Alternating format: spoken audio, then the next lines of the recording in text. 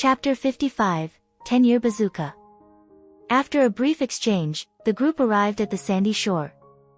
The girls playing beach volleyball that Kudo Yukiko mentioned had already arrived.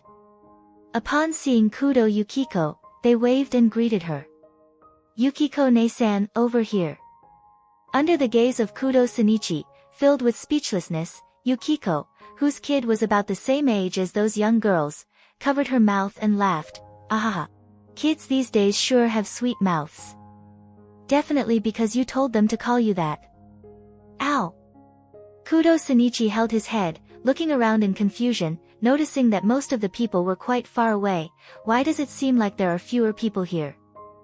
The shy young girl replied, "Because we want to train in the afternoon, so we reserved the place." "Hawaii Beach can also be reserved," Kudo Shinichi commented. Komaeda Nagito pondered and said, "Having money makes it possible." "You have a point." After Kudo Shinichi shut his mouth, Kudo Yukiko introduced the two sides. "Ah, Kyoko-chan, this is the son I mentioned before, my useless son, Kudo Shinichi. These two are his friends, Komaeda Nagito and Dazai Osamu." Then she introduced the others, Sasagawa Kyoko, Miura Haru, Bianchi, Chrome, and Little Ipin. "Wait a minute!" Kudo Shinichi exclaimed, "When you guys were playing volleyball in the morning, was this little girl also joining in?" "You are asking about Ipin? Don't underestimate her, she knows Chinese Kung Fu. Beating up 10 of you wouldn't be a problem." Kudo Shinichi, speechless, a Japanese, an Italian, and even a Chinese. "And your ages don't match. How did you all meet? Ah. And that girl with the strange hairstyle called Chrome. It's a group activity, ah." A childish voice suddenly appeared, and Kudo Shinichi looked around but couldn't find the person speaking. "Down here." Everyone's gaze lowered, and finally they saw a baby? Kudo Shinichi was shocked. "You speak so fluently. Truly amazing. Are you a genius?" Komaeda Nagito's eyes sparkled like stars, as he squatted down, wanting to hold the baby's hand, only to have the barrel of a water gun aimed at him by the other party. "I am Reborn," Reborn said. "Please do not touch me so casually." Kudo Yukiko bent down and picked Reborn up, happily introducing him to everyone. "This is the amazing beach volleyball coach Reborn-san I mentioned earlier." Kudo Shinichi looked at Reborn, who was now in his mother's arms, with disbelief. Didn't he say not to touch him casually? Is it okay just because she's a woman? And why is a baby teaching volleyball? Doesn't anyone find this strange? Because he is a gentleman, he wouldn't casually reject a woman. He would probably say something like that. A tired voice sounded from behind Kudo Shinichi. "Is that your mom?" "Sorry, Reborn has caused you more trouble. I'm Sawada Tsuneyoshi." Kudo Shinichi turned around, and without even greeting him, was immediately stunned. "What happened to your eyes?" With a swollen blue bruise around one eye, the young man calling himself Sawada Tsuneyoshi bitterly replied, "Got hit by a volleyball. That's way too dangerous." Although initially a bit introverted, when Sawada Tsuneyoshi saw someone of the same age from his own country while abroad, his initial favorable impression of Kudo Shinichi was quite high. After being concerned about, he scratched his face in embarrassment. "Actually, it's alright. You just need to get used to it." Kudo Shinichi. Dazai Osamu suddenly approached. "Are you Reborn-san's student? You look like you've had a rough time." Sawada Tsuneyoshi's face visibly turned pale, and he instinctively took a step back. Huh? Do you know me?" Dazai Osamu smiled as he took another step closer. Sawada Tsuneyoshi shook his head. "Not familiar." As one who is extremely clear that Dazai Osamu was involved in a very dangerous profession, Kudo Shinichi warily pulled Sawada Tsuneyoshi behind him, receiving a grateful glance from Sawada Tsuneyoshi. "Kudo-kun really have special treatment, doesn't he?" Dazai Osamu sighed. "I know why you're wary of me, but you only just met him. How do you know that the person you're protecting is different from me?" "Of course I know." "No, you don't. Don't bully my student too much," Port Mafia's youngest executive, Dazai Osamu. Reborn, who had somehow appeared on Sawada Tsuneyoshi's shoulder, said. Kudo Shinichi, who had wholeheartedly devoted himself to being a detective, immediately realized something. He cast a questioning glance at Sawada Tsuneyoshi, who only gave a bitter smile in return. Not far away, unaware of what had happened here, Kudo Yukiko called out, "You boys should get along well, don't start fighting, okay?" Why did she have to emphasize not to fight? Kudo Shinichi broke out in a cold sweat, feeling a bad premonition. Komaeda Nagito, who had been silently observing his surroundings, finally spoke. It's probably because of the scene they saw in the morning. Look over there. Kudo Shinichi glanced at the direction pointed by Komaeda Nagito and saw a group of his peers covered in injuries, seemingly engaged in a very intense activity. Is this volleyball? Although it looks like they're just scratched up, normal people wouldn't get that injured just playing beach volleyball, would they? Just as countless speculations arose in Kudo Shinichi's mind, Dazai Osamu smiled and greeted Reborn. I've long admired your reputation, the world's #1 hitman, Reborn-san. Kudo Shinichi's neck creaked as he slowly turned his head, looking at the baby-like Reborn, the world's #1 hitman. Then he looked towards Sawada Tsuneyoshi, so you are. He is the greatest mafia in Italy, the Vongala family's 10th boss. Dazai Osamu laughed. Compared to me, who only became an executive at 17, becoming the Vongala family's decimo at 14, Sawada-kun is the real legend, isn't he? Kudo Shinichi. Reborn adjusted the brim of his fedora, not denying it. Is it really okay to say it like that, Dazai Osamu? It's fine, Kudo-kun has a very strong mental capacity. Dazai Osamu waved his hand, just about to continue speaking, when suddenly Komaeda Nagito patted his shoulder. Dazai Osamu sensed something, and as he turned his head, he was met with Komaeda Nagito's sparkling eyes.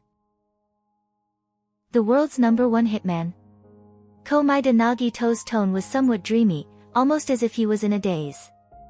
Dazai-kun, is it true? Before Dazai Osamu could react, Kudo Shinichi was already anxious. Senpai. At least be a bit more selective about your targets, ah. Senpai was at it again. Without a doubt, the notion of the world's #1 hitman was perfectly aligned with Komaeda Senpai's bizarre standards. Dazai Osamu might be reckless, but at least there was no hard evidence. The port mafia in Japan could still be considered a somewhat legal organization, but going after someone as clearly dangerous as the world's #1 hitman was just too much. Reborn looked at Kudo Shinichi's anxious expression, then at Komaeda Nagito's delighted expression, and finally his gaze landed on Dazai Osamu. I didn't expect you to have this kind of interest. These two were obviously just ordinary people, and he hadn't heard of the port mafia making any moves abroad. There were no port mafia members around either, yet here was Dazai Osamu, whose name alone would make countless organizations in Yokohama as silent as cicadas in winter, simply appearing like a tourist together with ordinary people. In the morning, when the girl was playing together with Kudo Yukiko and the others, Reborn didn't feel that there was anything particularly strange. Kudo Yukiko is quite famous. Back when he was learning Japanese, he had watched Yukiko's performances and recognized her at a glance. As for Yukiko's family, Reborn felt there was no problem. She said she would bring her son and his friend in the afternoon, and Reborn was quite calm about it. The result was that Reborn ended up seeing Dazai Osamu. If Vongala Decimo, Sawada Tsuneyoshi, grew up in Japan since childhood, Reborn would naturally pay a little attention to Japan's organizations. The port mafia was on the key observation list, especially considering the large-scale Dragon's Head conflict from last year. The port mafia and the double black duo gained fame in one stroke, and they were all so young. If, in the future, Sawada Tsuneyoshi does not intend to give up on Japan, he would likely have to interact with this generation of people. Reborn naturally paid more attention to them. Especially compared to the pure martial force type Nakahara Chuya, Dazai Osamu actually made Reborn more cautious.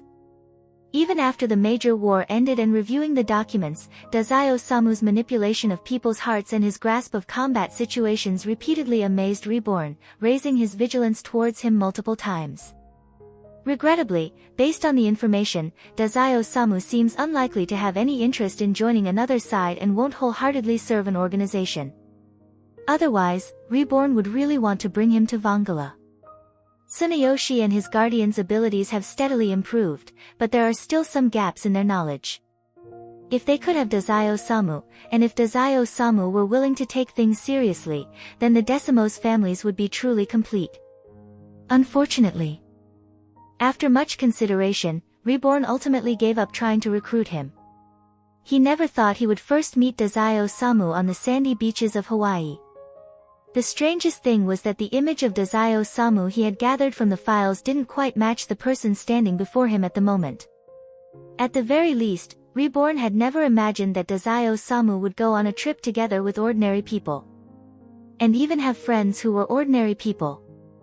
A person who attempted suicide every day is the hardest to understand. Those who find joy in everyday life, such individuals also won't usually be interested in people living ordinary lives. What exactly attracts Dazai Osamu? Reborn's first reaction was this boy, Kudo Shinichi. After all, Reborn could only make a conjecture based on data.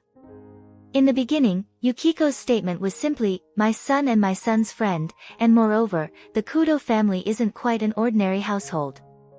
Perhaps there is indeed something there that could pique Dazai Osamu's interest. After observing for a while, he discovered that Kudo Shinichi showed no politeness towards Dazai Osamu at all, not even resembling friends. It was as if they might prefer to not know each other at all. However, that one who he had no information on, only introduced as a boy named Komaeda Nagito, seemed to have the best relationship with Dazai Osamu. No matter how much information he read, it was indeed not as useful as seeing it firsthand. Reborn once again confirmed this truth. The Vangala family had temporarily decided to come to Hawaii. This information was impossible to leak, so this encounter was indeed a coincidence. The Port Mafia and Vangala had no business conflicts. Reborn's attitude was calm, but he asked with a bit of mischief. "Want to join us for some beach volleyball?" He said this just as the Vangala members were getting into their warm-ups. Someone shouted, "Extreme," as they served the ball. No one on the other side managed to hit it, and the ball crashed into the sand, leaving a hole. Kudo Shinichi. "Mom wants me to play ball with these people. Is our family short on money, needing to scam insurance funds? This is going to get me killed." Komaeda Nagito's attention was instantly caught. Amazing. To be chased to this extent but still just a bruise, Sawada-kun might unexpectedly have talent. Probably due to his poor Japanese, Gokudera Hayato came over to ask Sawada if he still wanted to play beach volleyball, not catching the subtlety in Komaeda Nagito's tone, and responded earnestly, "You really have an eye for things. The 10th is the strongest." The 10th? Komaeda Nagito was really surprised, not expecting that someone who seemed as weak as Sawada Tsunayoshi would turn out to be the leader of those who played as if they all had special effects. Sawada Tsunayoshi seemed embarrassed by the praise, as if he had been complimented for something that didn't quite fit. "That's not true. I'm definitely not as good as Aniki. Even if I try, I'm still not as good. Besides, this wound has already been treated." Not to mention Dr. Shamal came to help. Just the attribute of the flame alone could stimulate cellular vitality, speeding up wound healing. But Reborn said that such minor injuries didn't need to be completely treated. A bit of pain would help build memory. 10th, don't belittle yourselves. The 10th just weren't being serious, that's why there were accidents. Gokudera Hayato said heatedly, 10th, hurry and give Lambo a lesson. That kid was too arrogant just now. Komaeda Nagito seemed to confirm something, and his attitude towards Sawada Tsunayoshi shifted, becoming enthusiastic. "I also want to see what Sawada-kun looks like when he's serious. Please, let me see it. To lead so many powerful people, I'm really curious about what Tsunayoshi-kun looks like when he's serious." Sawada Tsunayoshi was exceptionally poor at dealing with this kind of person. Even with Gokudera Hayato, he was merely barely accustomed to it, and facing the unfamiliar Komaeda Nagito made him even more awkward. Especially since standing beside him was the smiling Dazai Osamu. The Sawada family had an inherited hyper-intuition, which simply put, was a very strong intuition. As soon as Dazai Osamu appeared in front of him, Sawada Tsunayoshi wanted to run away. Just as he had gotten somewhat used to it and was feeling much better, now Sawada Tsunayoshi wanted to run away even more. He didn't even dare look at Dazai Osamu. "Don't bully my disciple too much," Reborn said calmly. I clearly haven't done anything," Dazai Osamu said with an innocent look. Reborn snorted coldly, saying nothing more. Danmei Tsuna's reaction was too exaggerated. Someone like Dazai Osamu would definitely be able to notice something amiss at a glance. Right now, he was probably contemplating some not-so-good thoughts about Danmei Tsuna. However, after all, hyper-intuition wasn't something that couldn't be exposed, and besides, Dazai Osamu wouldn't actually do anything. Just consider it as Danmei Tsuna's extracurricular practice. Later on, they might even need to collaborate with the Port Mafia, so this time could actually serve as an opportunity to test each other's situation a bit. Compared to the intense tension here, Komaeda Nagito on the other side appeared much more straightforward, while Gokudera Hayato seemed like someone trying hard to sell a half-price deal. Facing Komaeda Nagito, who was filled with enthusiasm towards Sawada Tsunayoshi, Gokudera felt a sense of goodwill. "You're not bad, but I'd suggest you not try playing volleyball. You look pretty weak." "Ha ha ha." Komaeda Nagito laughed wryly. "About that, I actually have a good understanding of myself. I'm just the lowest level of trash, completely unable to keep up with your rhythm. Just being allowed to watch closely makes me feel satisfied." Gokudera Hayato muttered a bit. "Well, it's not that bad." Without waiting for Gokudera Hayato to rack his brains to come up with something appropriate to deal with the awkward situation, a child's highly penetrating cry suddenly erupted from behind. "Must endure, oh wa, Lambo-sama can't bear it anymore, take this, you idiot." Kudo Shinichi, who had been maintaining silence and trying to gather as much intel as possible, couldn't help but open his mouth wide, behind. "Hey! What did that brat take out? Why can he pull out a rocket from nowhere? How did he put it away? This isn't scientific. Is this also an ability?" Just learning that abilities exist and immediately seeing such a shocking sight, doesn't this seem a bit too much? Gokudera Hayato was already quite annoyed, and now he was even more irritated as he turned around. "What's that stupid cow doing now, ah?" Sawada Tsunayoshi had already rushed over to comfort the crying little child. "Lambo. Calm down a bit. Put down the 10-year bazooka." "Ah." In front of everyone, Sawada Tsunayoshi tripped over his own feet and fell with a thud onto the sand, scaring Lambo so much that he let out a sob, his hands trembling as he accidentally fired the bazooka. "Who?" Faced with a pink cannonball flying towards him, Dazai Osamu blinked, standing motionless in place, even leisurely sighed. "Is this also an unexpected incident that only happens when I'm with Komaeda-kun? I hope it won't hurt too much." Before he could finish his sentence, he was enveloped in pink smoke as the cannonball exploded, and his voice disappeared along with it. In the distance, the girls' volleyball team was playing with great momentum, not noticing this side, while Kudo Shinichi wanted to run over but was held back by Reborn. "Don't go over there, let's watch for now." Kudo Shinichi wanted to say something, but he found his own voice was tight, and he couldn't say anything. Suddenly seeing someone in front of him get blown up, even though there wasn't any flesh or blood flying around, he still found himself more useless than he imagined. But as for Komaeda Nagito, although he was talking to Sawada Tsunayoshi on the way, he was also quite close to Dazai Osamu, but just couldn't catch up. He could only watch helplessly as Dazai Osamu was blasted by the artillery. But something like this happened. Why does it have to be Dazai-kun? Shouldn't this kind of misfortune fall on his head instead? Or is it that Dazai-kun got involved because of him? No matter what is said, Dazai-kun is still hope. Compared to hope, of course, him seeking death is more suitable, right? Being the stepping stone for hope to survive isn't bad either. Compared to hesitation, the body's actions moved faster. Komaeda Nagito, being a step too late, couldn't push Dazai Osamu away, and ended up being surrounded together by the pink mist. Komaeda Nagito quickly calmed down, sensing something was off. Although he hadn't experienced being blown up by artillery shells before, by common sense, it definitely shouldn't have this temperature. The temperature is even lower than that of a sauna room. What kind of joke is this? Dazai-kun? Komaeda Nagito called out, extending his hand in the direction he remembered, groping around in the thick mist that obscured his vision. Just as Komaeda Nagito felt like he touched something, the next moment, his hand was held. Dazai-kun? Feeling a bit strange, Komaeda Nagito tried to pull his hand back, but it didn't move. A sea breeze blew through, dispersing some of the pink mist, and Komaeda Nagito could finally see the person standing where Dazai-Osamu should have been. Taller than Dazai-kun. As soon as that thought formed in Komaeda Nagito's mind, a stronger sea breeze blew away the remaining mist, and the figure opposite him completely appeared in everyone's line of sight. Kudo Shinichi widened his eyes and gaped, "Who? No problem. Wait, is that Dazai-Osamu?" Replacing Dazai-Osamu was another person. Although one eye was covered by a bandage, conveniently hiding half of his face, it was still enough for everyone to identify his connection with Dazai-Osamu, because they looked so much alike. Only, he seemed a bit more mature.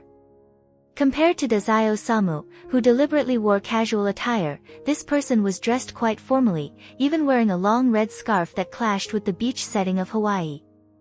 He had a kind of cold aura surrounding him, impossible to ignore the signs of melancholy, making him look both dangerous and devoid of vitality, as if he could die at any moment.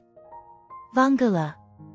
His gaze lightly swept around, then settled once more on Komaeda Nagito. The depth of emotion swirling in those eyes was indescribable, and that intense focus made Sawada Tsuneyoshi's hair stand on end. 10-year bazooka, ha. Ha. The young man, appearing several years older, looked at Komaeda Nagito with eyes as though witnessing a bizarre yet beautiful scene from a dream, as if his gaze alone could touch something so fragile that it would shatter with the slightest touch. He clenched tightly the hand he had caught, his pale face showing a faint smile, gentle yet pure, with a kind of unclear, illusory feeling. "So, you are Komaeda-kun?" Komaeda Nagito smiled awkwardly. "Yes, that's me. You are Dazai-kun, right?" What is he talking about? On the other side, Kudo Shinichi asked anxiously, "What's this 10-year bazooka?" Well, since it had already been seen, Reborn didn't intend to hide it from Kudo Shinichi, whose observation skills were obviously higher than the average person. Simply put, anyone hit by the 10-year bazooka will switch places with themselves 10 years in the future, and after about 5 minutes, they'll switch back. Although he was highly suspicious of the level of technology or any related abilities, in the end, Kudo Shinichi could only confirm with a face full of doubt, "Are you sure it's 10 years?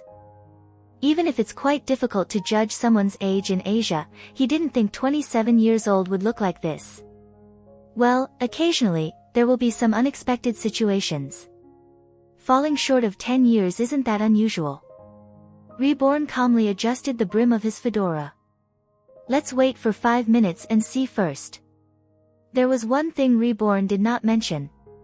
Although it was generally announced that the 10-year bazooka would switch oneself with the version of oneself from 10 years later, in actual operation, someone put forward a theory, and that is, when switched, it is not necessarily with this world's self, but perhaps with a parallel world version of oneself. Reborn recalled the earlier sentence, "You are Komaeda-kun," and looked again at the clearly problematic mental state of Dazai-Osamu, remaining silent. Wait for 5 minutes first. The time point of the exchange with the world already had issues. Hopefully, there won't be any other issues. Chapter 55 End.